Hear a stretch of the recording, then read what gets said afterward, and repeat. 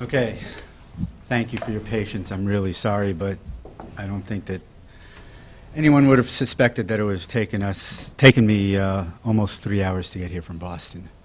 I could have traveled who knows where in 3 hours. So I apologize. I thank you for your patience. So I'm Ralph Wilmer. I'm principal planner at MAPC, and go through the presentation. We can do it relatively informally, so if people have questions or comments as we go along, happy to take them. Just to quickly go over what we're talking about here is, what is a master plan? What are the purposes of the plan? Some of the legal requirements, such as they are, the contents of the plan, timeline, scoping, what is the outcome that you hope for when doing a master plan process, the big question of expense, which I know is a big one for most of you. How do you get started? And then a little bit about planning and zoning law in Massachusetts. And I'll conclude with some tips and lessons learned. I've done lots and lots of master plans throughout my career, most of them in Massachusetts, but I have done some in Rhode Island and in New Hampshire as well. Totally different statutes, totally different requirements, so I'll be drawing some comparisons. But essentially, when we're talking about a master plan, we're talking about, you may have heard the term comprehensive plan, you may have heard the term comprehensive master plan. For the purposes of today, we're talking about the same thing. From a legal perspective, for instance, Rhode Island calls it a comprehensive plan. Some other states call it comprehensive plans as well. So what is a master plan? It's really a future vision and policy guide for the town. It's a plan for the community's physical evolution. Comprehensive analysis of all aspects of community development. You're going to look at a variety of different aspects as it relates to planning issues in your city or town, and I'll be going over those in more detail. It's typically a long-range plan. The slide says 5 to 15 years, but typically it's more in the 10 to 15 year range, but there are, in varying states, legal requirements that may change that. What's important to note is that it is not in and of itself a zoning bylaw or regulation. So it's more of a policy document. There'll be recommendations within that policy document that will determine how you might revise your bylaws and regulations to govern land use decision making, but the master plan itself is really just a guide, a blueprint for your town from a policy perspective. And I'll be talking more about the differences. So why should towns plan? Basically to avoid this scenario where we usually do our long-range planning at the last minute. A lot of communities do that. It's not to say that it's right or wrong, but the bottom line is that so many times cities and towns are surprised by that large development, and you can fill in the blank with whatever development might have been in, might have created some sort of political commotion in your own community. But frequently when you look, you find that communities haven't done a master plan at all, or the plan is decades old. I just updated a plan that was 50 years old.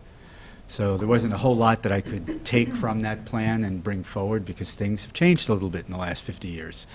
So, it's important to try and keep on top of these things, and the master plan is really the vehicle for making that happen.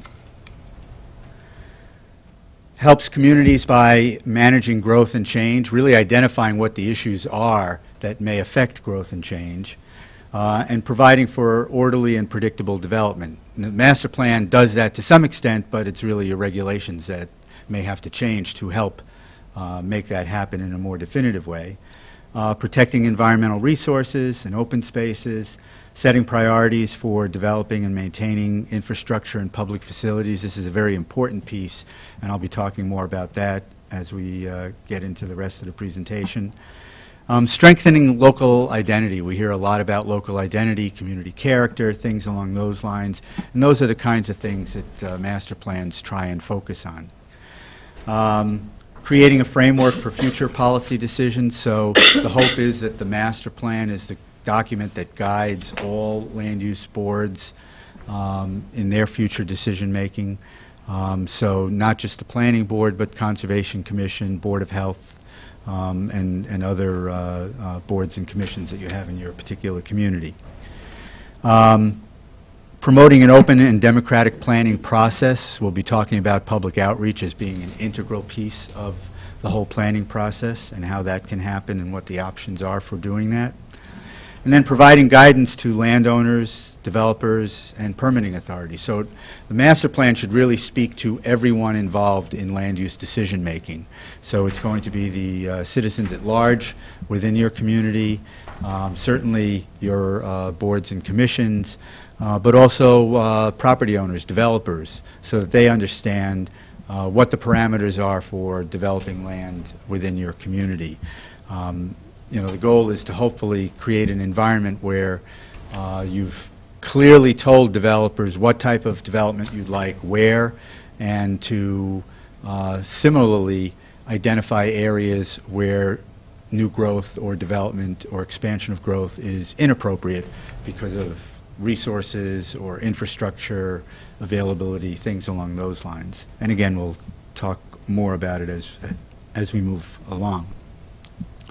So, in Massachusetts, there is a state requirement that says that all cities and towns should prepare a master plan. Shall is the word that the legislation actually uses.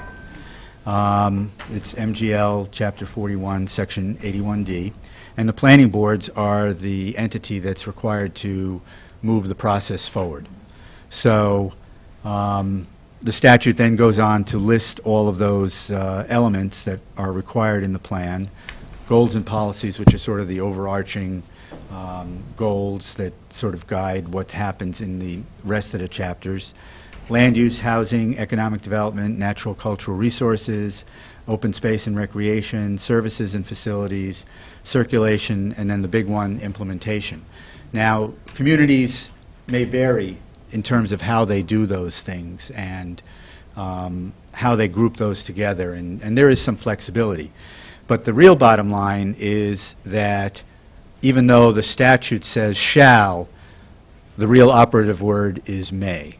Because when Proposition 2.5 passed in 1980, the Inspector General ruled a year or two later that the shall in Chapter 41, Section 81D was an unfunded mandate because the statute did not have any money to provide cities and towns with some financial assistance to actually do these plans that the statute was mandating.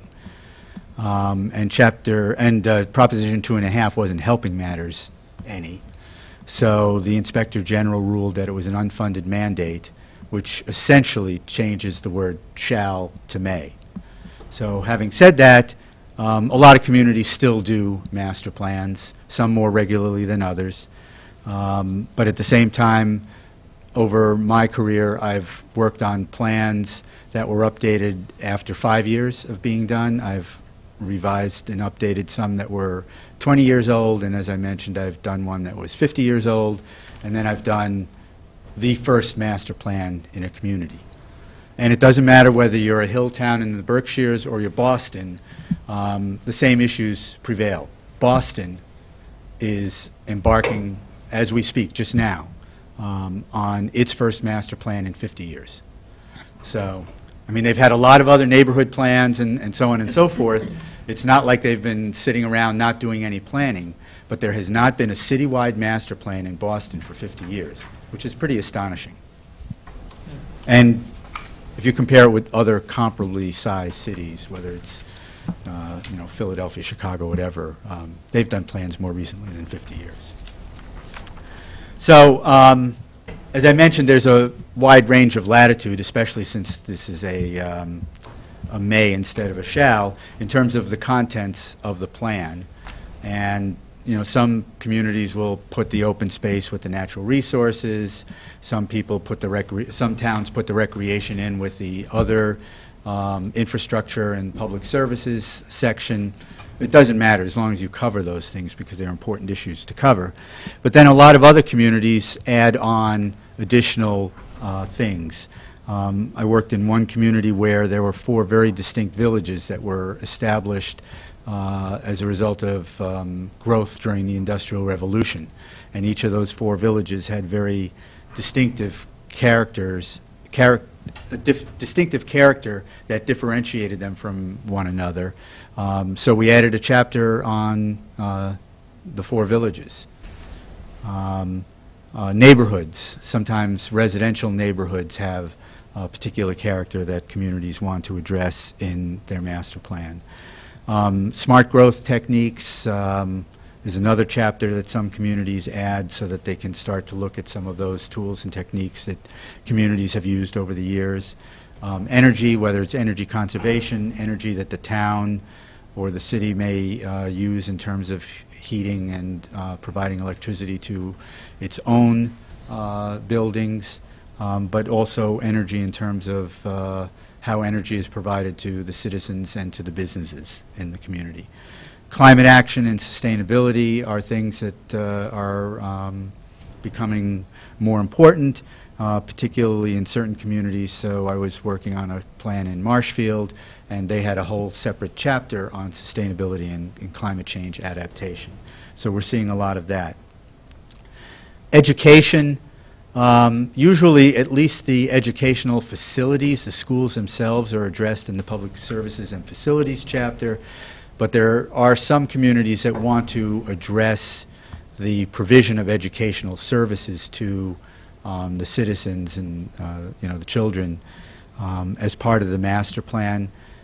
I think it's a little bit outside the scope. I think that school departments are really better equipped to do a master plan for the schools in a particular community, but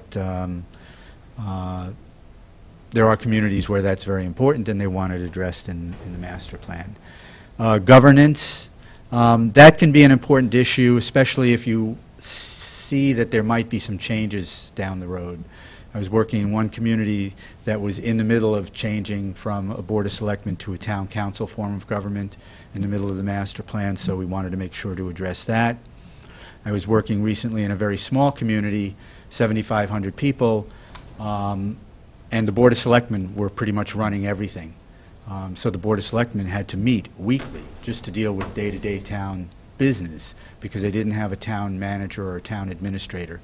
So they were in the process of starting to go through that evaluation as to whether or not the town had grown enough to have a full-time staff person, regardless of what you call him or her, to run the day-to-day operations of the community instead of the selectmen. So we addressed that in the plan too, because again, it was a very important consideration, even though it's outside of what typically is addressed in a master plan. And public health and social services, it's becoming an increasingly important topic. Public health just in terms of trying to deal with the public health, land use connection, transportation connection, recreation, open space connection. Social services, most communities provide some range of social services, but when we talk about how our demographics are changing, the need to provide different types of social services will change as well. And I'll talk about that in a minute. So what's in a master plan? There's usually a vision statement, and when I talk about a vision statement, it's really the 30,000-foot view of the community. It's what you are now and what you hope to be in 10, 15, 20 years.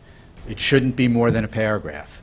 I've seen some vision statements that are 2 or 3 pages, but it really needs to be something short, concise, and to the point. And from there, you develop your goals and your objectives. There's usually a lot of data analysis in a master plan. But there's also a tipping point where it can be too much. You want the document to be readable. You want it to be understandable. There's a temptation to put in a lot of data, but I usually try and come up with a happy medium so that we have enough data so that people can really understand why the policy choices and the recommendations were made the way they were. But not to overload it with too much data. And I recently updated a plan in New Hampshire, and I was happy to see that I took a 300-page document and at least trimmed it down to 200 pages, just by pulling out some data where the previous authors of the plan had really taken every type of statistic and sort of analyzed it in a number of different ways. So, you know, you want to make sure that you have what you need, but don't overdo it. Existing conditions, particularly with respect to where you are in terms of land use and growth, what your trends are, understanding the condition of your public facilities, understanding the amount of open space and recreation opportunities that exist in the community, things along those lines. Trends, estimates, and future projections. MAPC and all the other regional planning agencies do that on a regular basis. So there are plenty of places where you can turn to identify that information. And when all is said and done, after you do all that, you wrap the public process into it, you're going to come up with a series of goals. Usually there are goals for each chapter, a set of policies, and then specific actions that would be in the implementation plan. And then there'll be maps. Maps are really a good way to sort of tell the story, both in terms of existing conditions but also future trends and what the priorities are for the action plan. On the screen is just a screenshot of what we typically do in an action plan, which would be to include the strategy, the party or parties that are responsible for implementing it. Eventually you would assign some level of priority to it, and also to identify funding sources where there may be funding sources available and where it's applicable.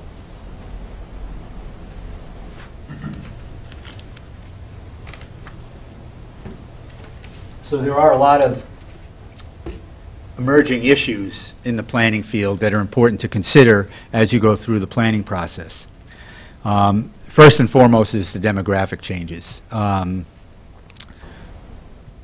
If you look at the trends in almost any city and town in Massachusetts or across the nation for that matter, where we typically see huge increases projected in the 5, 10, 15-year range is the number of people that are turning 65 or more. So right now we're in the early to middle stages of the baby boomers turning 65, and the Census Bureau projects that every day between now and say another 10, 12 years from now, when the baby boom generation has aged out, 10,000 people a day are turning 65.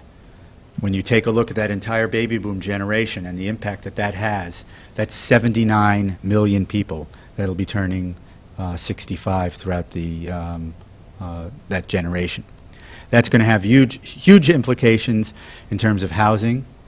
Do they want to age in place? What housing options are you going to provide for them? Transportation. They may not be able to or want to drive at a certain point. Social services, public health, all of those things have to be addressed. Maybe not all in your master plan, but certainly these are things that have to be considered as you move through the planning process. Social media. There's a whole new game out there in terms of, and a lot of it isn't even all that new anymore, but people communicate in different ways now.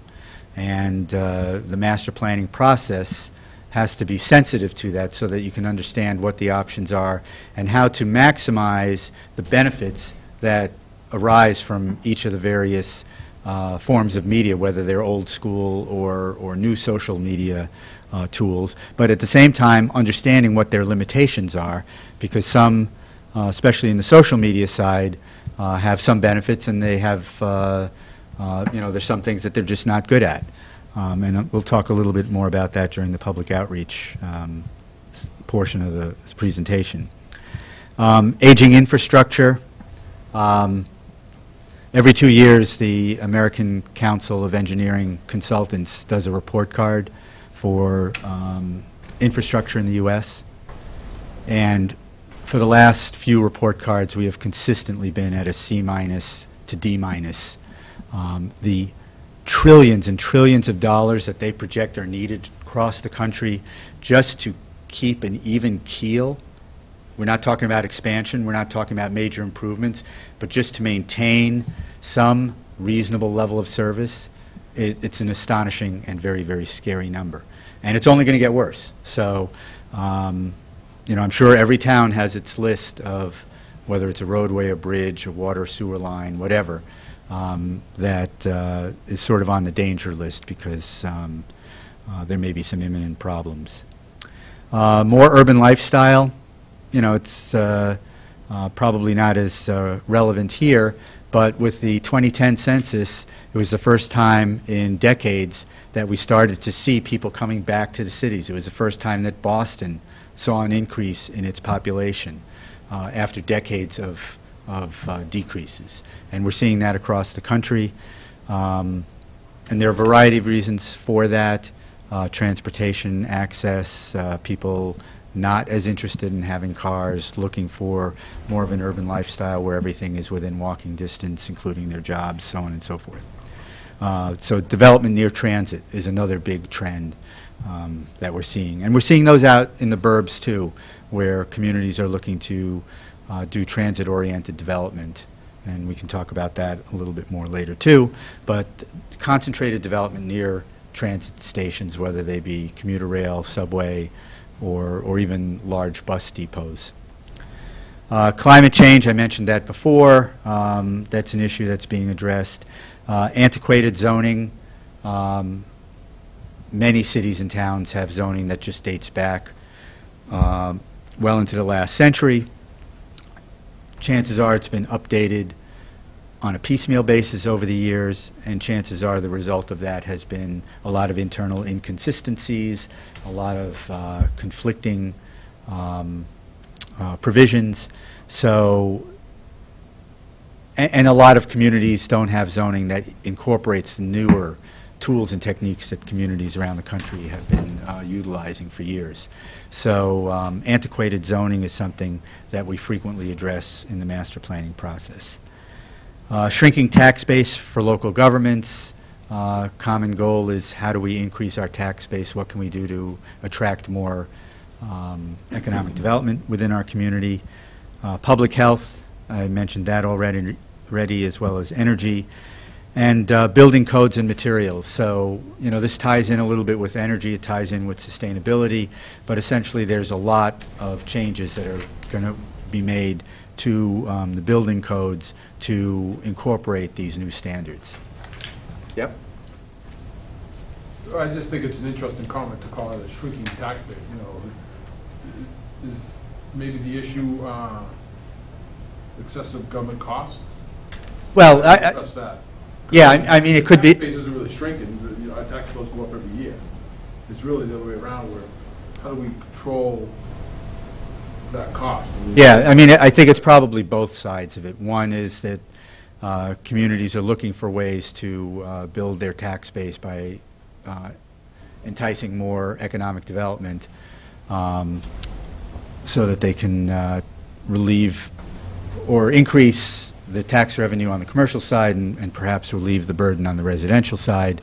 But, you know, taming costs on the municipal side is always an issue, whether it's because of energy costs or staffing or using equipment or buildings that are out of date and need to be repaired, replaced, things along those lines. So it's really looking at all of those things because you know, these costs aren't going to decrease by themselves, so you have to figure out ways in which to address them. But at the same time, the master plan is not going to be the thing that solves those problems. It may identify the problems, it may suggest some strategies for how to address them, but it is not really designed to be a municipal fiscal analysis in and of itself. That's really the purview of other types of experts.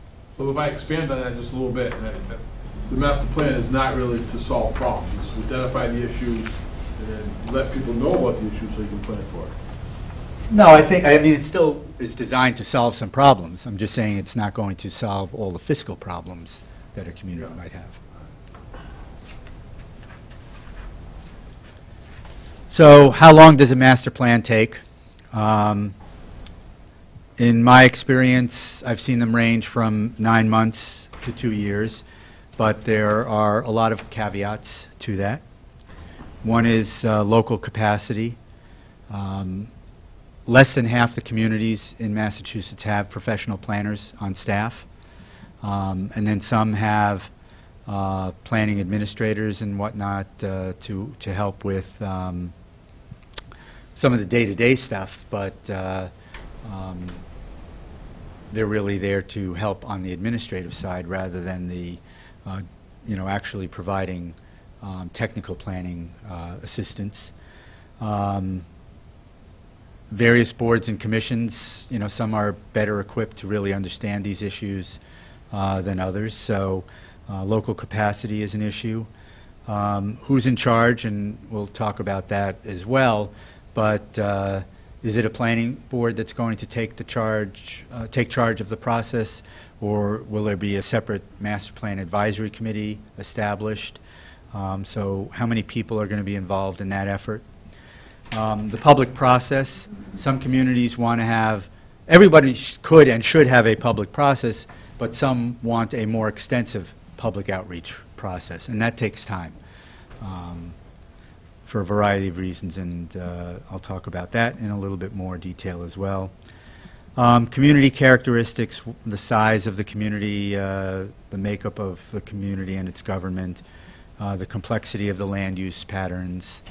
So that town where I looked at those 4 villages, that plan took a little longer than anticipated because we sort of took a few steps back to see how we might incorporate the whole village concept into the plan, and we added a new chapter. So, that did lengthen the process. I think it made for a much better plan because it really addressed some of the issues and concerns that the community had in terms of how they wanted to view themselves and how they wanted to base some of their decision making.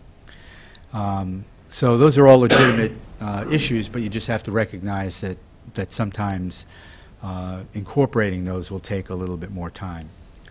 The age and relevance of your existing master plan, we talked about that. The degree of agreement or disagreement about major community issues, regardless of whether the effort is being shepherded by a planning board or an advisory committee. There's bound to be some disagreements, and in some cases those disagreements can be very significant and could lead to some rethinking about some issues, some redrafting of various chapters of the plan. But in some cases, it may not have much of a difference in terms of the timeline because there's a way to make some general consensus. But I can't say that I've ever been involved in a master plan project where everyone has agreed on every single thing, every step of the way. It would be wonderful, but I haven't seen it. But at the same time, it really hasn't been a huge roadblock. I haven't seen a project just totally melt down and crash within itself because of policy differences that really broke down the process. I think if everyone enters into the process with an understanding that you may have to agree to disagree and that there may be certain recommendations that you can't all get behind, but when you think about it, okay, 75, 80, 85% of this I can live with. And if everyone comes to that conclusion, that's how you get from point A to point B. So what are the catalysts for the master plan process? With Boston, they haven't done it in 50 years. Another catalyst was, at the time, Boston 2024. That's off the table, so that's not as much of a catalyst. But they're hoping to get it done in 2 years because that's when the next mayoral election is. So you can see how all these different things may fall into place in terms of how the timing is affected in the planning process. What is the planning and zoning track record in the community? Have you done this before? What kinds of issues have been raised in previous planning efforts? The perceptions of local government. If you want to get citizen buy-in, hopefully you're doing it in a community where people feel that their local leaders are doing the right thing and providing the guidance that they need to move forward with a process like this. But if there's a strong undercurrent of disagreement and mistrust, that may affect the timing in terms of the completion of the planning process. Form of government, I think that it has an impact, but I can't say that a Board of Selectmen town meeting form of government takes more or less time than a city council form of government.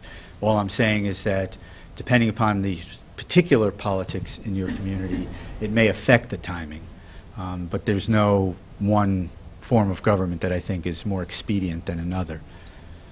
And then the budget. So we'll talk about budget, but in some cases where the financial wherewithal is not there to do a master plan from start to finish with one appropriation, some communities have phased it over a 2 or 3 year process and have made the money available, but in pieces. So that obviously is going to affect the timing. So how does the process work? You've decided you want to do a master plan. How do you really get this thing going, and what order is the best way to get the process started? So there's going to be and should be a visioning and goal-setting process up front. You want to sort of have this assessment of where the town is now, what your goals are moving forward, how you do that process. There are numerous different ways in which that's done, but that's really a good way to get the process started so everyone could sort of understand why you're doing the master plan in the first place, and where does the town want to get once the process is complete. And by doing the visioning and the goal setting up front, it at least sets the table for how you decide to move forward. You had a question? You said recently you worked with a town of 7,500 people. How many people were involved with the vision and goal setting? Well, we had a couple of different things going on. We had we had a public forum early on in the process, and that was pretty well attended for a town like that. I think there were about 40 or 50 people who participated in that first forum. So, less than I would see in larger communities, but certainly not the smallest group of people. Then we also had a website that we launched specifically for the master plan, and we had there was a section on the website where people could comment directly in the process, comment directly on the master plan and the process as we were moving forward. So we had a number of people who would submit comments online, and that worked well because people who may not be interested or comfortable participating in the public meeting could still comment on it, and also that was open from the very beginning of the process through the end. So some of the comments that we got related specifically to some of the drafts of the plan much later in the process. And then we had another public forum toward the end of the process where we talked about the recommendations. I should also say that at the very beginning of the process we also had some interviews and very small focus groups with people on very specific issues. So that was another way to get some people engaged. So hard to say exactly how many people altogether, but at each step of that process we noticed that there were new people involved. And the other group of people that we always wanted to make sure that we had involved were the staff people at the in each city or town, as well as members of the boards and committees that would have some influence and interest in land use decision making. So we wanted to keep them engaged through the process as well. So if you don't mind, I mean, so with the interview and the focus groups, the initial interview, how did you select the participants to interview? To some extent, we made suggestions because we know, for instance, the planning board should be involved. We know that we want to talk to the DPW. We know that we want to reach out to some of the civic groups in town that are a little bit more active than others. But initially, we got that information from the planning board, talking to the Board of Selectmen, talking to some of the key people in the community to make sure that we invited people into the process that we knew, at least by name and reputation, should be interested in the process. So it's a combination of suggestions being made by the municipality, as well as suggestions that we make at the outset of the process to make sure that certain types of organizations and people are brought into the process early on. So it's an iterative process, and you have to have a lot of back and forth at the early stages with whether it's the Master Plan Advisory Committee or the Board of Selectmen or the Planning Board, because going into the process, they'll know the key players right off the bat. But you know, if you're a consultant or an outside group working on the plan with the community, in your experience, you may also have some suggestions for who to bring to the table and get involved in the process. Well, just off of that question, the public forums, is that done through the planning board, or do you set that up with town staff to answer questions from the public? Any number of different ways. There's no right or wrong, but ultimately, you want to make sure that the planning board is fully engaged, because the planning board is the entity that at the end of the day has to adopt the plan. So the legal requirement for a plan to be formally approved is through a vote to adopt the plan, and that's by the planning board. But if they or the Board of Selectmen or the City Council appoints a Master Plan Advisory Committee, then that's the committee that I would more typically work with to help establish what the public process would be, identify the best dates for public meetings, the best places, who to invite, things along those lines. Does a good segue into a question I had. Since the planning board is the central authority here, could they delegate appointment of members to the master plan committee to town administrator if the charter calls for it? Yeah, and again, there's really no right or wrong way of doing it, but I've seen projects where the planning board was still in charge, but they governed who was on the master plan advisory committee.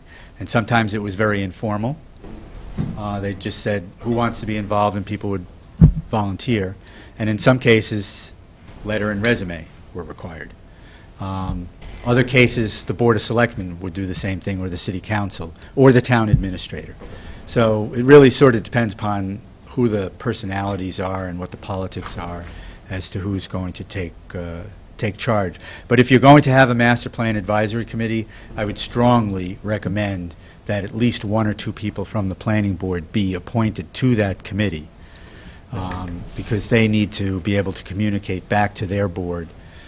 So in other words, when you go to the hearing, it's not really technically a public hearing like it is for subdivision approval, but when you have the public meeting for the planning board to adopt the plan, you don't want to be explaining to the planning board why you're doing the plan, what's in it. They should know. It really should be a short and sweet meeting, and hopefully you're going into it knowing that you at least have a majority vote in favor of the plan. So there are going to be a lot of interviews. I was talking about focus groups, but interviews with stakeholders and topic experts. That can be any number of different people, and you can do that along the way. It's also good to do it up front so that you can sort of flag what the key issues are and learn the history of the town. So did the town go through a zoning rewrite process in recent years, and if so, how did that go? Was it a total disaster? I've seen that. Or did it go pretty smoothly and the bylaw is relatively up to date? So you want to find out those kinds of things early on. Mentioned public meetings and focus groups. Surveys. Surveys can take any number of different forms. They can be paper surveys. They can be online surveys through like SurveyMonkey.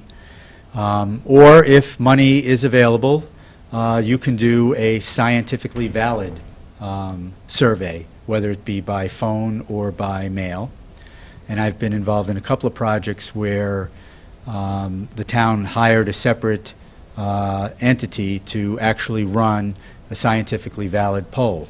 And there are several universities that have survey centers. University of New Hampshire has a survey center. Suffolk University has a survey center. So they're not super expensive, but it is another expense. $6,000 to $8,000 to do either a phone or a mail survey. And you know, it's using all the tools of the trade to make sure that it's a statistically valid survey. And these are the same people that are going to be busy now through next November doing presidential polls. They're the same groups that are doing this. So you know, this is what they do. And it's not unusual to have them involved in a planning process like this. And then internet tools. So, you know, we talked about surveys. We talked about setting up a project website so that you can post documents relating to the master plan. You can post presentations. You can post comments. You can post agendas and meeting minutes from your master plan advisory committee. Meeting notices. So that's another important thing. You'll see on the slide that I also mentioned Facebook and Twitter. Twitter may be good for just getting people energized and interested in the process. It may be good to help publicize an event. I personally don't think Twitter is a great tool for getting concise comments that are really useful. Facebook, I've seen used very well, where a Facebook page is set up specifically for the project. You know, you get all the likes and all of that stuff, but it's a great way to show how people are involved in the process. Take photos from your meetings, take photos from your outdoor events. Use outdoor events as ways to publicize the process and get people interested and involved, whether it's your annual fill-in-the-blank fair or the weekly farmers market or some other outdoor event during the nice months of the year. Not a night like tonight. But, and then post all that stuff on Facebook. It's a great way to get people involved. And people can comment in a more substantial way than they could on Twitter.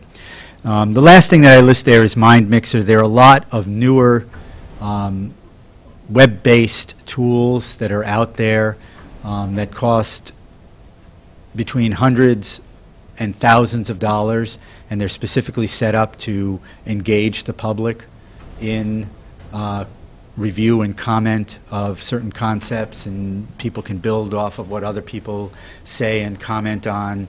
If you go to mindmixer.com, you can see lots of examples, at least from that website. That's one of the more reasonably priced ones. But it's just to show you what's out there in terms of some of these tools. Keep in mind, these things are great. There may be ways in which you can reach out to the younger demographic, but you're also going to exclude a certain part of your population if you only rely on these tools. So some of the old-fashioned media, like cable TV and newspapers and the weekly thing that gets circulated around, you know, for free, the free newspaper. These are all important tools to publicize your events and to get reporters to come and actually cover the master plan meetings. So the first part of the data assessment is where are we today? Most cities and towns have done some sort of planning in the past, even if they haven't done a recent master plan. It may be an open space and recreation plan. It may be a housing production plan. It may be a corridor plan. Maybe there was some thought about establishing a village center so that there's a plan around that. Take a look at all of those things because they're going to have data in there. They're going to have recommendations in terms of whatever that plan was based on, and you can build off of that, so you don't have to start from ground zero. Data collection, the Census Bureau obviously has lots of data. So we're in that funny stage now where we're between the 2010 and 2020 census. 2010 census data is starting to get a little old, but it's going to be another 6 years before we see the results of the 2020 census. In the interim, for a number of communities, the Census Bureau does some surveying through what's called the American Community Survey, and they provide ranges and estimates over a 5-year period, which can provide some interim updates to the 2010 census data. So you want to look at all of those things, see what's available for your particular community. Regional planning agencies, as I mentioned, have a wealth of data, and there's other statewide websites that have been set up by some of the regional planning agencies where you can look up your town and get a whole bunch of data just with a few clicks of your mouse. State agencies are important sources of data. The Mass GIS system, Geographic Information System, has a lot of base maps that you can use, and a lot of data can be garnered through those maps. Watershed associations, lake associations, particularly on the environmental side. Your assessor's office has a lot of useful information. And then there are other local sources. If your library did a needs analysis with the hope of getting a grant for upgrading or building a new library, same with the school grant program, those reports can be very useful sources of information as well. Town clerk and other community organizations can provide some good sources of data.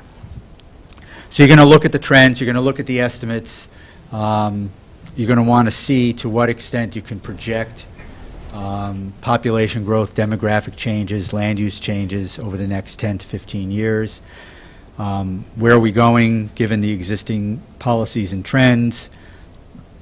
Trying to see what those numbers look like and what impact that may have on your future land use decision making. And then what do you need to change? What are the opportunities and challenges that present themselves once you look at that data? And this is something that you can really tease out in the public process. We frequently do what we call a SWOT analysis, where we ask communities to list their strengths, weaknesses, opportunities, and threats. And it's interesting to hear what people say regarding their community. And sometimes a strength is also a potential threat. So that piece of land that could be the source of some great economic development may be seen by some as a threat because, okay, what's going to happen to the traffic if that parcel gets developed? So looking at all of these different things through the public process, through the data collection, all are pieces of the puzzle that, when put together, gives you some idea as to how you're going to proceed through the process. And then you can start to identify some options in terms of policies and what the strategies might be from that, and see if you can develop consensus through your advisory committee or planning board in terms of what the strategies should ultimately be. But the key question is, how do you get there? How do you get to the point where you really have a plan and you have something that you can actually use to help guide future decision making? And that is really through the implementation program, the implementation plan. That little snippet that I showed you earlier with that matrix. You're going to identify all of your implementation plan action items. You may want to establish a committee that's specifically designed to oversee the implementation process once the plan has been adopted. And you're going to want to identify some early success items. You're going to identify short, medium, and long-term action items. You're going to want to try and prioritize things. But sometimes there are these low-hanging fruit types of simple things that don't cost much money.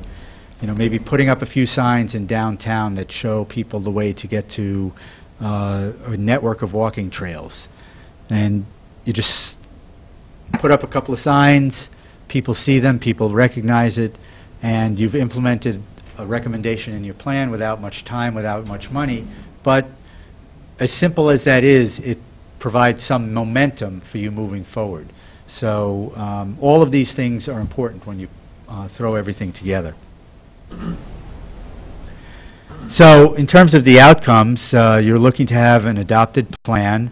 You want to make sure it's consistent throughout all the elements, that all the recommendations sort of mesh together and don't conflict with one another.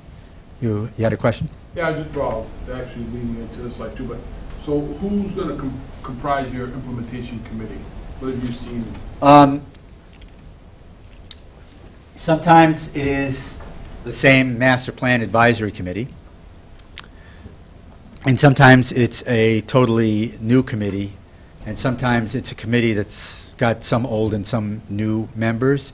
But again, I would try to make sure that there's at least some planning board representation. I mean, if you just look at who the responsible parties are in the implementation program, that may help guide you in terms of who should be on the implementation committee. So I live in Arlington.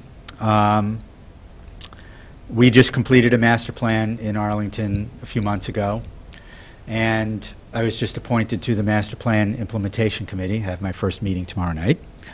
I am one of 2 at-large members. The committee, I think, is like 11 people. So there's a representative from the Board of Selectmen, there's a representative from the Conservation Commission, there's a representative from the Planning Board, there's a representative from the Open Space Committee. There's a representative, and I forget what entity, who is involved more with DPW-related issues. And I have the list in my briefcase, but you sort of get the idea that it's really keyed to trying to identify some of the key agencies, boards, commissions that have some role in implementing the plan down the road. And what some communities do is that they have that implementation committee make an annual report, either in writing or to town meeting, to say what they were supposed to do and what they got done. And it's really just to sort of create a liaison between the master plan itself and the various boards and commissions that are charged with implementing the plan down the road. And that committee can also keep the citizens actively engaged in the process, so that they understand that that this is not an effort that just ends once the master plan has been adopted. Have the annual evaluation of the plan and the process. I mentioned doing an annual review and progress report. And sometimes they take the lead in actually proposing amendments to the plan. So things change. You may find after 3 years that for whatever reason that school isn't going to get built. The town can't afford it. So what are the options? The big box development that you thought for sure was going to happen isn't going to happen because there was a recession. How does that change your master plan? So the implementation committee can sometimes take the lead in making amendments, suggesting amendments to the master plan. As I mentioned before, adoption of the plan in Massachusetts is done by a majority vote of the planning board. It doesn't have to be unanimous or supermajority. It does not require adoption by the local legislative body, whether it's town meeting, town council, city council, board of selectmen. A number of communities will do that for the political strength that adds to the plan. I would suggest that if you do that, you know the outcome beforehand, because the last thing you want is to bring a plan to town meeting and then have it fail. Just think about those strategies. Some communities just want to do it, and they'll go ahead and do it. There's no right or wrong, but just think about what that means. If it works out well, you just have a lot more buy-in behind the plan, and you can always point to that down the road as you move forward with your implementation program. The implementation committee can say, okay, the planning board adopted it, the Board of Selectmen adopted it, then we brought it to town meeting, and town meeting unanimously adopted it. So people looked at this plan, they read the plan, they're behind, at least from a consensus basis, as to what the recommendations are. Again, they may not agree with every single thing, but if you can get consensus buy-in with the majority of the recommendations, I mean, that's a powerful political statement, and I think is very helpful as the town moves forward, especially when it comes to town meeting having to appropriate money, for instance, to hire the consultant to do the comprehensive update of the zoning bylaw.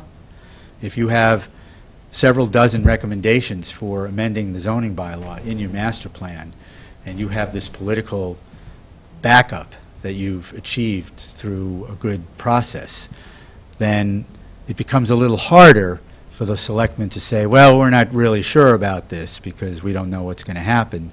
You can say, well, we went through this process and all of these boards agree that the majority of these recommendations make sense. And again, you may not agree with every single zoning recommendation, but you at least have consensus behind providing the money to hire someone to do the zoning update, or to establish a committee to do it, even if you're going to do it internally. All of these things are important steps. When someone's brought it to a town committee, like a town meeting, has it always been, in your experience, a binding, or has it been like an informational thing? A lot of times it's informational. A lot of it, I mean, sometimes it's worded that it says town meeting approves the plan or adopts the plan, and regardless of what the word is, the thought is that it has the same weight as what the planning board did. But and it usually occurs after the planning board has taken its action. I don't think you want to bring it to town meeting beforehand, but a lot of communities will, as the process unfolds, especially where you have a spring and a fall town meeting, they'll, again, just to sort of build the momentum and to keep people informed, they will ask the moderator to provide for an opportunity to do an informational update on the planning process. Arlington did that on a regular basis, for instance. So no action needed to be taken, but there was 15 minutes set aside so that someone from either the planning board or the master plan advisory committee made a short presentation just to tell people what was going on.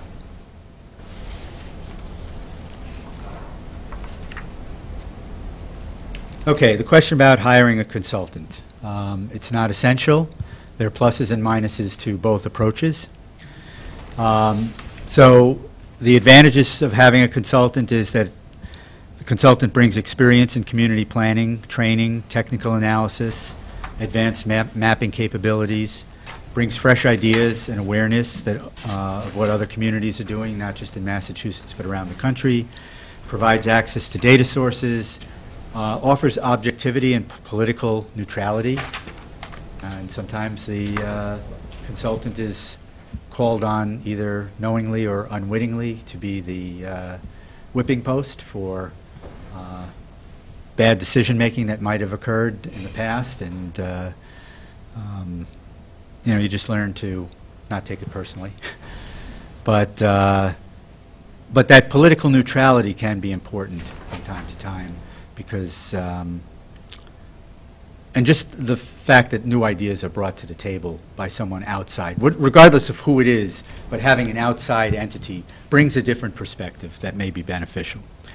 It could be a regional planning agency that does master plans. I'm pretty sure that most of the regional planning agencies have done master plans for communities within their jurisdiction. And if you do hire a consultant, there is the 30B process, the bidding process. Certain rules apply for how you do that. We can talk about it if there are questions. Could you talk a little bit more about the regional planning agency, what you mean by that? So there, specific entity like the MLPD? yeah. So there are 13 regional planning agencies around the state. Tanya and I both work for MAPC, the Metropolitan Area Planning Council, and our regional planning agency covers 101 cities and towns around the Boston area. So if you look at it geographically, it's within the 495 belt, give or take. And then the other 12 represent various other sections of the state. There's Central Mass Regional Planning Council that does, a commission that does Worcester and vicinities, municipalities north, south, east, and west. There's Cape Cod Commission, there's South East Mass. So there's a bunch of them, and they've all been involved in providing technical assistance to cities and towns on various types of planning projects that can include master plans. As a consultant or as the agency, we call you up and seek advice? It would sort of be the agency that you would call for advice, but the role that they play is very comparable to that of a consultant. So whether that's done for a full master plan or for pieces of it as you go along, either way, either approach has been taken.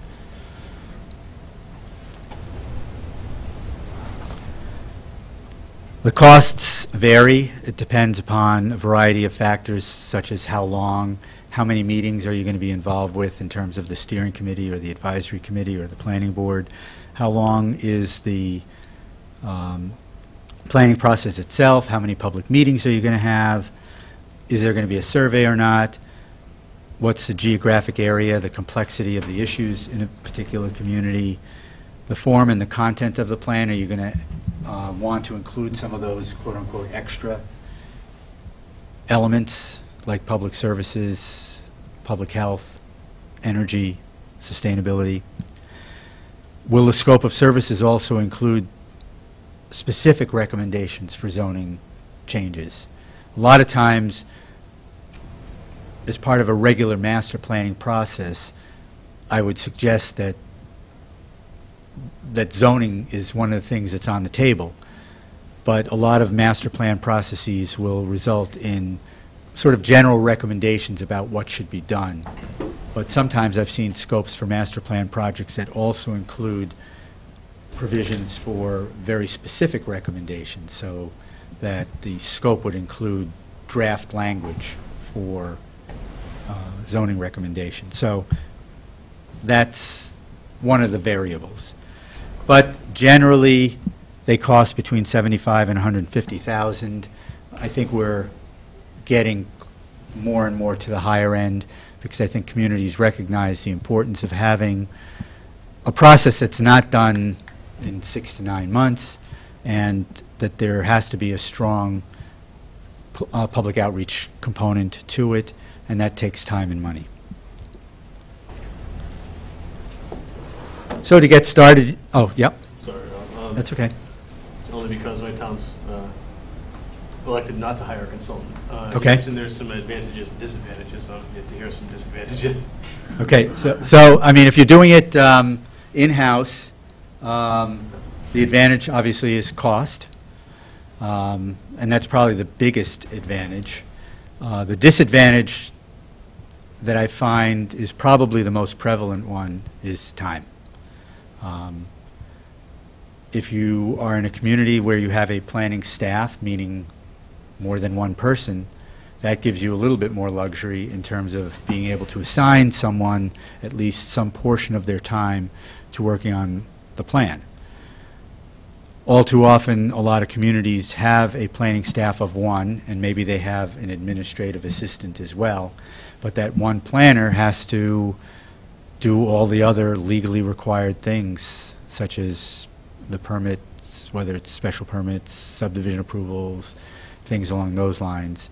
And all of those things take time. So it's hard to carve out the time, if you're the sole planner within a community, to actually get the plan done. So it may take longer, but if Right. you have the wherewithal, then it can work. I guess I was asking, what is the disadvantage of hiring a consultant?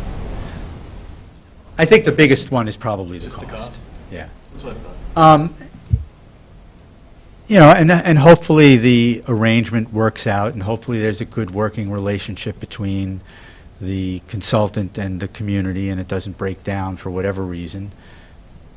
Sometimes it doesn't work out as well as you had hoped on both from both parties' perspectives, but most of the time it does, and that works out. But sometimes the match that you thought was going to work well, for whatever reason, doesn't. And it can be a personality thing. It's really hard to put your finger on that. It's hard to really, it's just like hiring a staff person.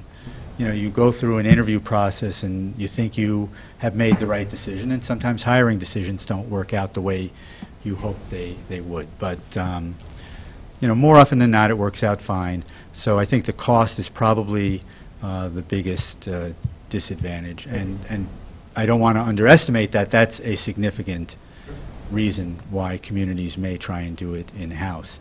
But if you're going to do it in-house, just recognize that there are some, you know, it may take longer. The planner or planners may not have the levels of expertise because they've been focused on certain types of planning in their own particular careers. They may not understand the nuances of public facilities, as well as a planner from a consulting firm that might be multidisciplinary. But at the same time, you still have your DPW director, your highway department director. You have other people that you can rely on to answer some of those questions. So it's not like you're doing it in a vacuum either. So I think, you know, it brings me back to the planning agency.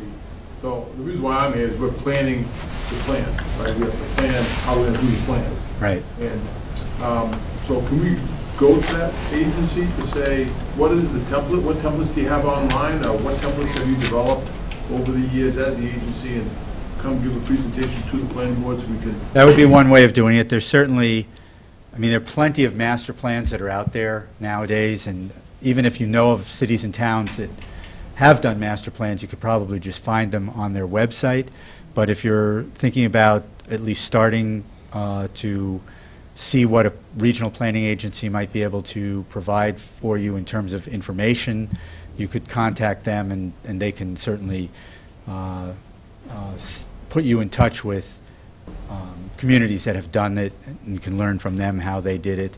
And or if the regional planning agency involved has done some, they can tell you directly how they did it and show you examples as well. I'm sure, I mean, that maybe the regional planning agency has done a survey themselves amongst the communities to say, this size certain community, we find they do mostly this process. This size community has adopted these procedures or these concepts to gather the information they need. I don't want to copy someone else's master plan. No. I want to understand how am I going to plan to get the input from my community. Yeah, and you could see that by looking at the master plan and talking to people involved. Certainly you don't want to take a plan and just sort of adopt it, but by looking at the plan, you could sort of see how it was set up. You'll see a wide variety of styles. You know, some are very text-heavy. Some are much more graphically interesting. And then just the contents of the plan, as I mentioned before, you know, some have some of these added elements, and you can see how they addressed energy issues or climate change issues if you're thinking about approaching those issues. So that's the value in actually looking at the plan itself, just to see how different communities have done it. What do they put in their appendix versus what do they put in the body of the report? You know, some of these may be more stylistic questions, but at the end of the day, it's a question that you're going to want to ask yourself because you want a plan that you feel comfortable reading. And again, there's no right or wrong way to do it, but there's a variety of different styles. And it's just good to see what other communities have done, and then you can not necessarily mimic the content, but mimic the style. If you decide that you want to go for outside funding, you have to figure out how to do that within your own community, identify what resources you have, how much money, how much staff time you can invest in the process, what is your base of volunteers that you might use, setting your priorities, establishing a work plan and a timeline. A lot of those things get laid out in a request for proposals if you're looking to do that. If you're looking to hire an outside party to do your plan, you can also see what different communities have done in terms of requests for proposals, so that you can see what budget has been established, what the scope of work is going to be, what they expect the outside party to be involved with. And then also to determine what the town can do. So if the town is looking to cut costs, there may be ways in which the town can play a much more active role in making the plan happen.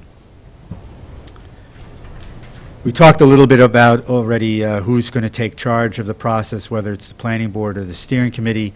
If it's the planning board, just keep in mind that planning boards have statutory requirements. They may meet every other week.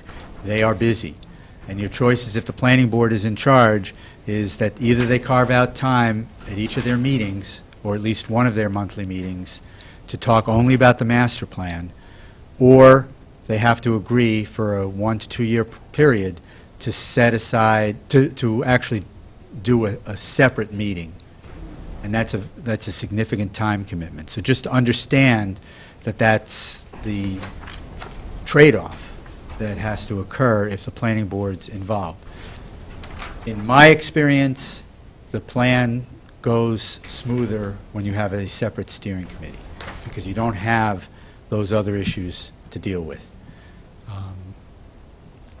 But again, no right or wrong way of doing it, just something to keep in mind. If you're going to establish a steering committee, 11 to 15 is an ideal size. I've had one committee that was 35 people. That was a tad unwieldy. And fortunately, it was a committee that actually was consensus-driven, and we did not have any major catfights.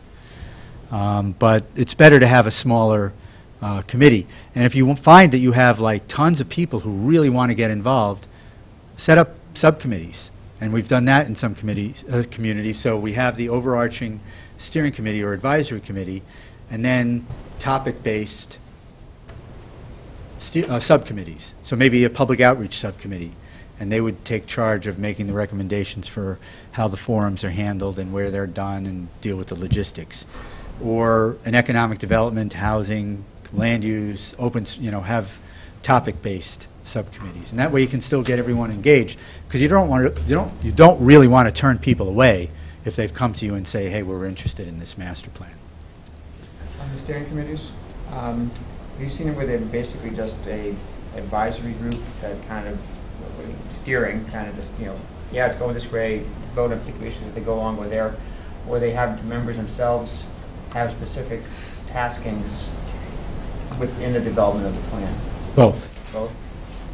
So again, it may be a question of whichever authority appoints them, whether it's the planning board or the town manager or administrator or the board of selectmen or the city council, whatever charge they give to the committee will drive whether or not they are really just an advisory committee overseeing the process, or whether they have some clout in terms of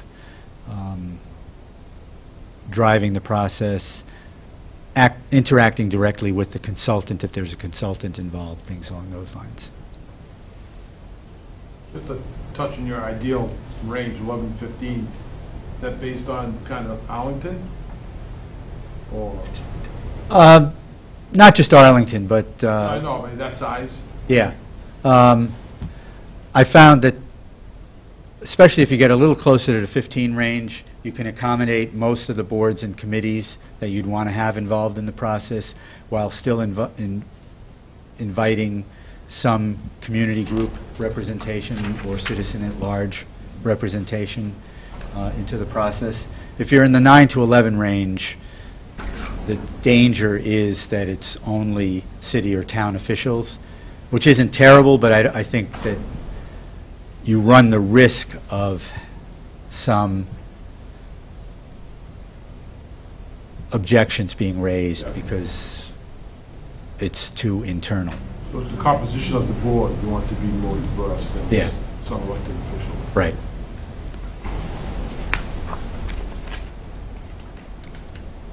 So in terms of the outreach strategy, public forums, surveys, social media, project website, we talked a bit about that already, so I won't add anything right now. So, just to wrap up with a couple of more slides, and then we can turn it back to you if you have any other comments or questions. I've been making this speech now for, this portion of the speech for all too long.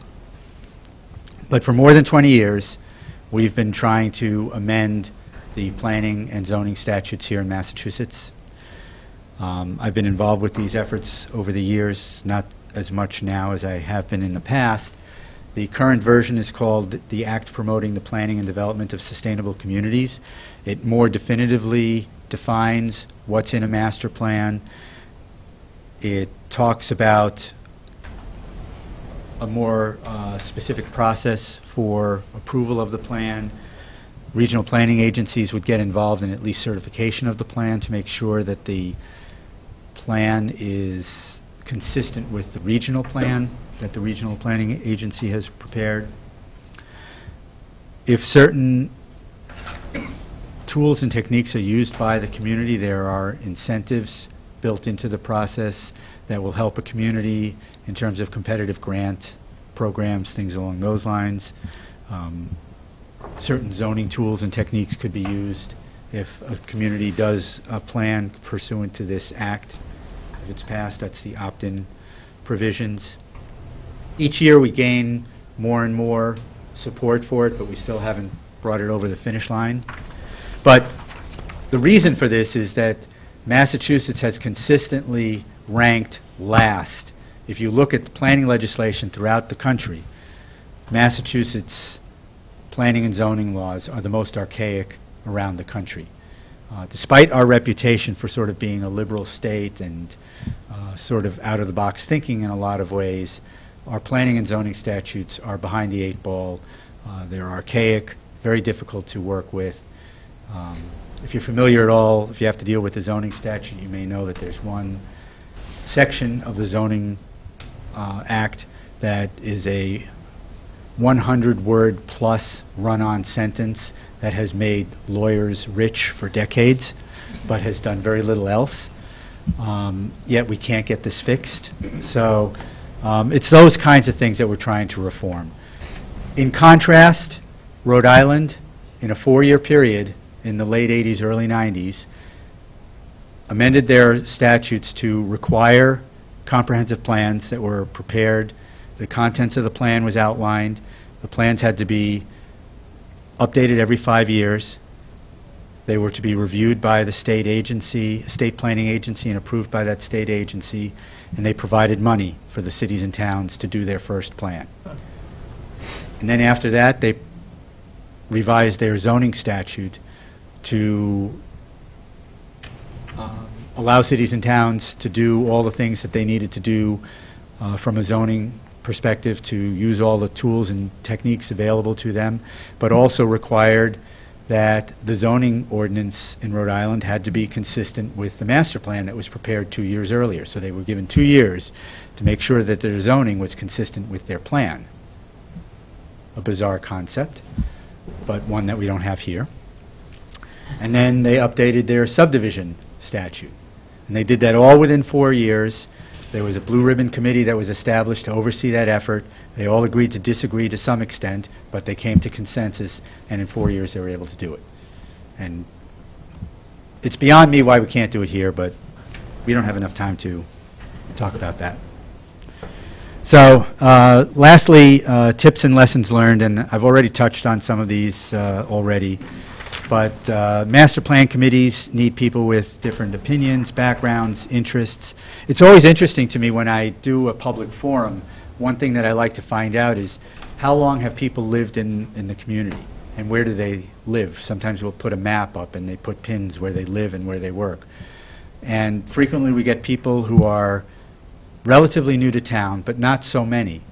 But almost always, I see the majority of the people who attend these meetings as being people who've been in town 30 years or more.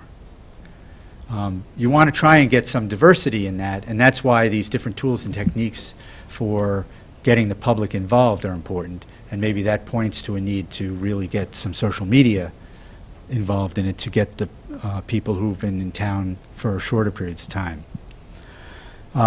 I mentioned that the planning board needs to be involved in the process. They should remain present through the process while giving the master plan committee enough space to work things out. So you don't want the planning board members to be the dominant members of the steering committee if they're on that steering committee. Implementation planning starts at the beginning, not at the end of the process. And you want to test the feasibility of implementation with the department heads and the boards and committees. As an outside party, I can write a plan that indicates that the DPW should do this, the school committee should do this, the planning board should do this, conservation officer, agent should do this, but you want those people to understand what it is that's being recommended. And they may tell you, that's a great recommendation, but we need 3 years to do it as opposed to 1 year. And that's valuable input because you want the plan to be useful. You want it to be achievable. You don't want it to, you don't want your report to town meeting 3 years down the road to highlight all the things you could not do. So to get that back checking from the people who are actually going to be charged with implementation is an important piece. So the recommendations need to be realistic, but long-term, and some are going to take longer than others.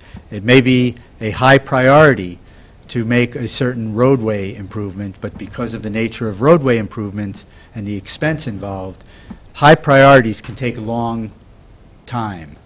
Low priorities can be done in a heartbeat. So the implementation program should differentiate between those, but just understand that just because it's a high priority doesn't mean that it is automatically a short-term recommendation. That just may not be feasible. And as we mentioned before, you know, taking some of those small but important steps can help to encourage broad support for the plan by showing those things can be accomplished pretty quickly. So I will stop talking and see if there are any other comments, suggestions, recommendations that you have from things that you observed. I'm not really sure what slide it is, page 3, so 1, 2, 3, 4, 5, slide 5. We talked about the vision, one paragraph, short, concise. Goals. Outdoor posts. Have you seen those? I've seen some that are a page or two long, and really it's a question of what you want to say, and the trend seems to be that, or the initial inclination is that there are just all these things that you want to say. And the vision statement starts by providing a little bit of history of the town, how it got to where it is now, and what defined the community character. And, you know, maybe it was the colonial development that occurred in the late 1700s, and people really feel that that's an important thing to carry forward. Things along those lines. It may be industrial revolution stuff. It may be the natural resources in the community that defines its character. So sometimes the vision statement will start with a long description of that as a way to show how what they want to look like and how they want to carry those values forward in the next 20 years. My suggestion is that that could still be done, but do it in the body of the report, but really have the vision statement be a paragraph where you sort of say, the community has done this, this, and this, but over the next 20 years, we see ourselves as being the leader in downtown growth because, or the leader in environmental protection and resource protection so that our drinking water stays pristine from now on into eternity. You know, things along those lines. They tend to have lofty words. They tend to be very general. I mentioned it's a 30,000-foot view. It's not designed to be very specific. So I wouldn't want to see a vision statement that talks about amending zoning bylaws. You know, that's goal setting and recommendation making. That's not vision statement. And if you look at plans from other communities, you can see the range that you'll see.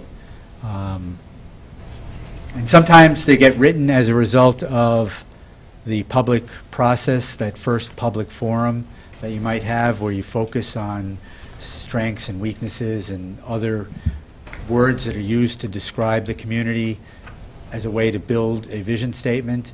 And in some cases, the steering committee just sits down one night and they just devote a meeting to sort of brainstorming what's in that vision statement.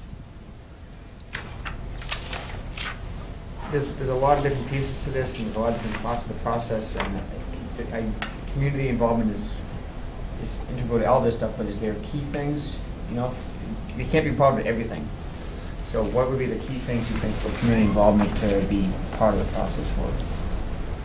You mean what types of community involvement? Not the types, because I know that's going to match up with demographics. You're going to probably do a potpourri of different types of things to kind of get people in, but what elements of the plan or what steps in the process do you think are most critical for community involvement?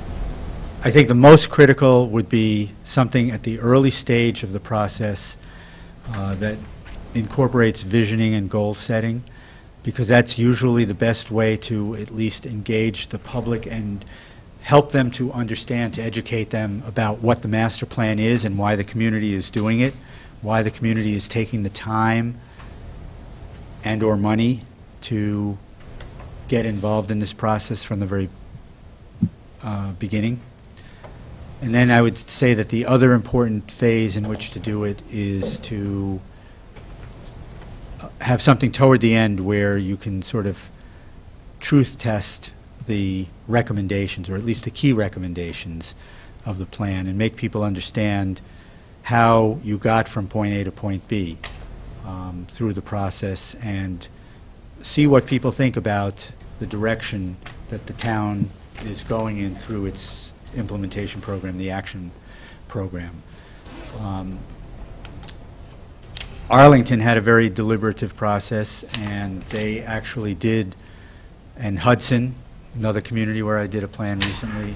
I wasn't involved in the Arlington plan, I just happened to live there, so I know about it, but they did separate public forums, public meetings on each element of the plan.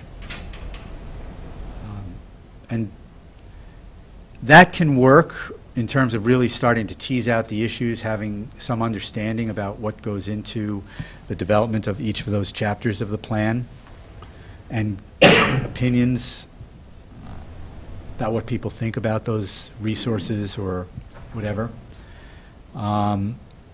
The one thing that you want to avoid is, you know, some level of burnout. So you don't want to have these meetings occur like every 2 weeks, because people will just get tired of attending, and you're just not going to get the same number of people at each successive meeting. So you want to make sure that they're spaced apart adequately, and if you have some other planning process that's going on, or a major development hearing, you want to avoid having them too close to other or town meeting dates, things along those lines.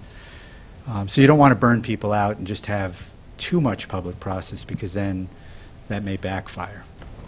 Just thinking about that, because if at an early session, and you let people know about the process and there's 9 elements, and you asked if you would be interested in being part of a particular element, would that be a good idea to kind of like get a mailing list of effective people who would be interested in certain pieces? Yeah, you definitely want to get a mailing list early and often, and keep maintaining it, and have people sign up.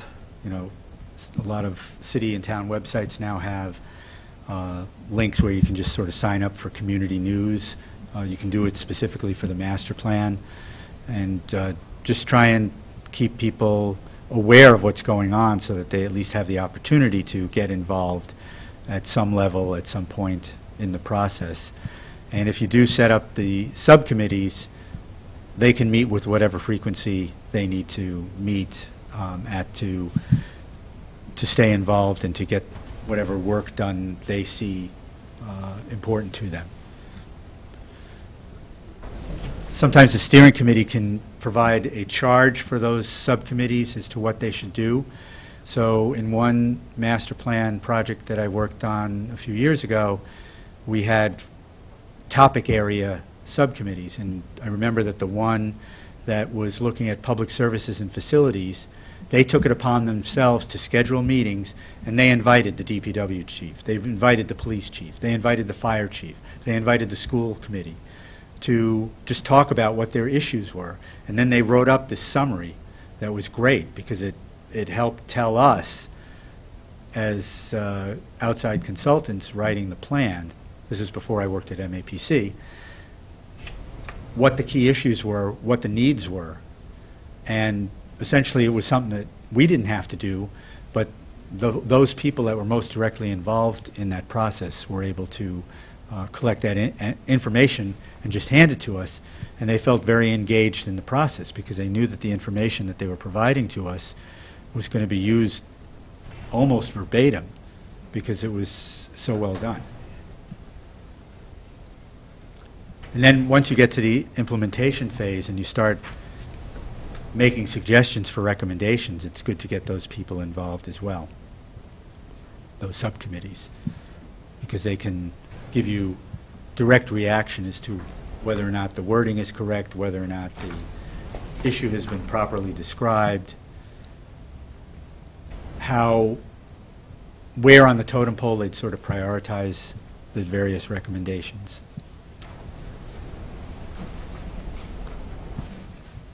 Very specific, more use case in our community. We have a plan that's been in place for, I believe, 11 or 12 years now. Hasn't really been updated. There's elements that, in theory, could update that plan that have been by themselves updated, but haven't really fed the core plan. One of those areas is economic development that I think is, a key catalyst. In those 11 or 12 years, we've gone from being a community of probably around 9,000 to 10,000 people to around 18,000 to 19,000 people. So we're no longer the town that master plan wanted us to be. And so we've exceeded in many ways, we've accomplished in some ways, we're deficient in other ways. The point is have you seen plans that are very heavy in, say, certain areas like economic development? Because we believe that an economic development event, i.e. a big employer coming to a science park that we have, could bring 300 to 500 jobs overnight, put 200 kids in our schools, require us to build a building, go to a full-time fire department, and have numerous repercussions, basically. Mm-hmm. It's a great thing, but how do you almost have to plan for that big what if. Yeah. So the answer is yes. I've certainly seen plans that put a stronger emphasis on certain things than others. Again, since there's really no legal guidance in terms of what you have to include in a plan, you can tailor it to whatever your specific needs are in your community. And the flip side of your situation would be in Hudson, we were in the middle of the plan when IBM announced they were closing their 1 million square foot facility. So while there was still going to be some small level of employment for a couple of years out, it wasn't going to be anywhere near what it was, which had the opposite types of ramifications that you were explaining, at least in the short term.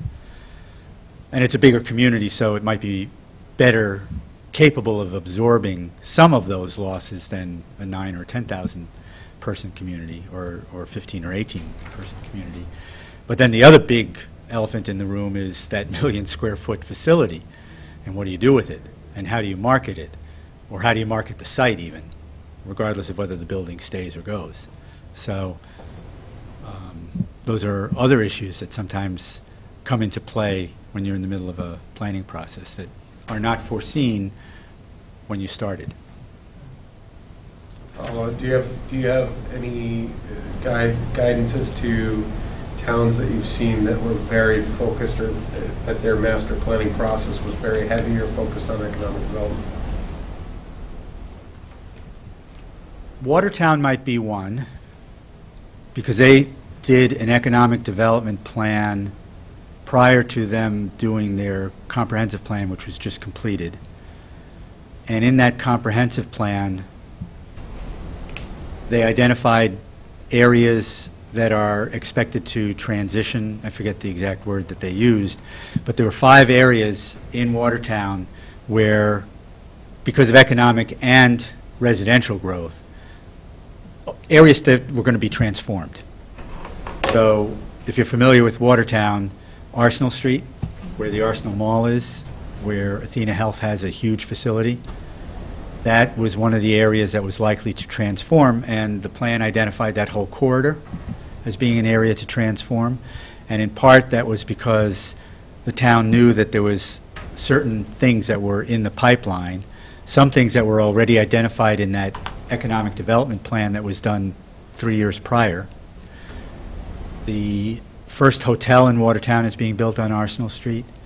And then there was a proposed Walmart on Arsenal Street that actually disappeared. Walmart pulled the proposal. But that site is now going to be 300 residential units and 50,000 square feet of commercial, including a grocery store. So that's going to make the area different in a number of ways.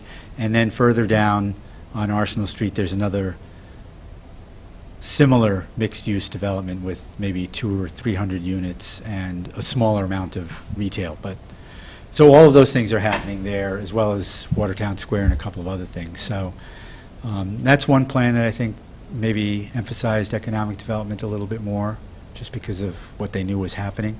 But that also trickled down into transportation, land use, urban design issues, because sometimes these issues really boil down to, do we like density, do we not like density? You may or may not, but people are more comfortable with density if they know that it's being done right and it looks good. So all of these things sort of feed off of one another. I think one of the issues I think about too is just kind of preservation of neighborhoods. Yes. I mean, even though you have economic development and things are going to change and people can't hold on to like big chunks of land, to me one of the values is just that I want to hold on to is just preservation of certain neighborhoods in town that will be impacted by the decisions that other parts of town make. And a lot of towns, a lot of times I think that the sections of neighborhoods that you want to preserve are maybe the least, what can I say, economically high demographics, and very, kind of old time. Yeah. And so those people a lot of times aren't in meetings. The rest of the towns with their big houses on 5 acres have no clue what somebody on like a quarter-acre lot, what their issues are. So there's not that communication in town, and that a lot of times the more economically viable parts of town want economic development and want businesses, and that ruins the neighborhoods. So to me, the issue I think for me in our town is just how to preserve the neighborhoods without letting something come in that drastically changes the tone of that neighborhood.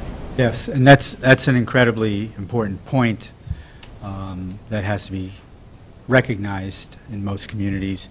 So again, the Watertown plan focused a lot on the preservation of neighborhoods because it's a very densely developed community, but there are residential neighborhoods that are just not going to change because of the just the way it's built out. So there was an emphasis on that, and the town is moving forward with some design parameters for preservation of neighborhoods. Southborough was the community that I mentioned before that had the 4 village centers that we addressed. In Southborough or Southborough. Southbridge? Southborough. Southbridge also recently did a plan, but I'm not as familiar with that. And then the preservation of neighborhoods, the other issue that came up was where preservation of neighborhoods came up was New Bedford, an old industrial city, but it had a lot of neighborhoods with well-established bones that the city wanted to preserve. So just different examples, range of different communities. Obviously, Southborough is very different from New Bedford, but the core issue is the same. Any other comments, questions, suggestions? Okay, well, thank you. I appreciate your patience. Again, I apologize for the length of my commute, but thank you for indulging me. Thanks for coming all the way out. Sorry about that long commute. Yeah, well, other days it might have been fine, Yeah. but we haven't had rain in a couple of weeks, and I guess people just freaked out. Exactly. Oh, it's wet! The wind is blowing a little bit. Okay, thank you. And did you get the evaluation forms? They're supposed to be delivered back to